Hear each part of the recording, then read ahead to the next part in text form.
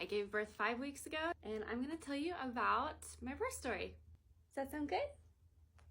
Does that sound good? So many of you guys were here during my Diary of a Pregnant Woman series, and it was so fun to get to share that season with you. So I am thrilled to get to share our birth story today. We were 3 days over our due date. Around 10 o'clock on Friday night, I started to not feel great. I will say that it felt different than my Braxton Hicks. The Braxton Hicks I experienced felt to me more like period cramps, and it was like on the sides of my hips. These were contractions, and they were more in the middle area, and that I was not prepared for. I didn't know that that's how it would feel. After a few minutes of pain and noticing that they were happening every few minutes, I said, okay, I need to start tracking these. Max and I were literally ready for bed. I was crawling in bed, and I had like just washed my face. I had gotten in my jammies. I did the last little bit of like tummy oil that I had. Literally the last drops of tummy oil I used on the last night that I was pregnant, which is just crazy.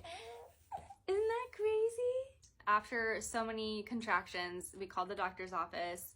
Unfortunately, our doctor was not on call that night. I was so sad. We got the clear to go to the hospital and just get checked out. We grabbed all of our pack stuff. Max looked at me at one point and was just kind of like an, oh my gosh, this is happening, this is right now. And I just wouldn't let him get in my head emotionally about it. I just was like, I have to get in the car. I have to get all these things.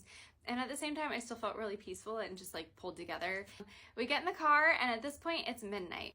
Nothing food-wise is open. I knew that this baby could come in 2 hours or 48 hours, and yeah, I think he thinks we're talking to each other. And let's go to In-N-Out Burger. That's gonna be the only place that's open right now, and I like cheeseburgers. That's actually what we had on our first date. We map out a restaurant that's close to the hospital. We get there. I'm in the middle of some heavy contractions. Max runs inside. All of a sudden, notice that there is an ambulance in the parking lot. Oh no, no, no, no, no, no. Followed by a ginormous fire truck. Oh no, no, no, no, no. They pull in right behind our car. So I'm in a parked car with a ginormous fire truck, and I'm in the middle of contractions, and I walk out with my belly, and I was like, literally, you guys know, I was ginormous. Like, excuse me, Mr. Fireman. Opens the door and looks down, sees a pregnant woman in distress. I'm so sorry, I'm in active labor. Would you be able to move your truck forward, because it's just parked right behind mine? Yeah, no problem, I'll take care of it. And I said, okay, thanks. And I waddled back to the car. We ate our cheeseburgers, get to the hospital around 1 a.m. It's kind of nice how empty it was, because there obviously were still people there.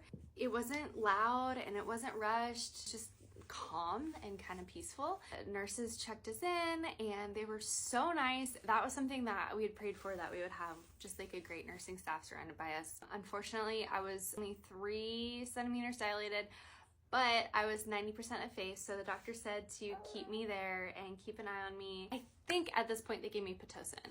I'm not entirely sure, but my water still hadn't broken yet, which apparently was good and means that it was really healthy. At least that's what they told me. And around 4:30 in the morning, Max and I, at this point, hadn't slept the whole night long. We were exhausted. Okay, contractions, I kid you not, it feels exactly like how it looks when Emily Blunt is going through labor pains in the movie The Quiet Place, and she's in the bathtub by herself. That is exactly what I just kept picturing her in my mind, how to do contractions, because in the movie she has to be quiet during them. I knew that that was also controlled breathing, and so that is just how I pictured it in my head, and I felt like her the whole time. And obviously, the further I progressed, the harder it got. It was hard. It was really hard, but it was not impossible. I knew that my body was made for it, and so I kept telling myself, like, we're almost there, we're almost there. I didn't have definite birth plans. Someone asked me if I had like a birth plan. Honestly, my plan was just show up to the hospital. They knew what they were doing. I knew I could just go in and be okay. I didn't have any specifics that I was set on. My kind of personality, I just chose not to Google anything for the whole pregnancy or for the labor, and I just relied on trusting my doctors and knowing that we were gonna be okay. Honestly, for me, it gave me a lot of peace because I didn't have anything extra to worry about. Once they gave me the epidural, I was so happy. I'm a very claustrophobic person, and I was a little bit worried about how it's gonna make me feel because the way it was described was just so like, oh, you're just numb and you can't feel things. I was worried it would feel like I was paralyzed and that I wouldn't be able to move. It personally, for me, did not feel like that at all. I could move some, obviously not much. The nurses have you kind of turn yourself and help them move you. It felt really cool on my skin. Like everything felt really cold, but in the best way. When you have been out in the snow, you walk back inside, someone hands you hot cocoa, and your lower half is still cold, but you took your jacket off. That's how it feels. Like your upper half is warm, like you took your jacket off, and the lower half is still cold, like your skin is cold to the touch. And it just felt so nice. And then I finally got to sleep for about 2 hours. I think it was probably 3, like instantly 8 centimeters dilated after they gave me the Pitocin. Yeah, then it was like go time.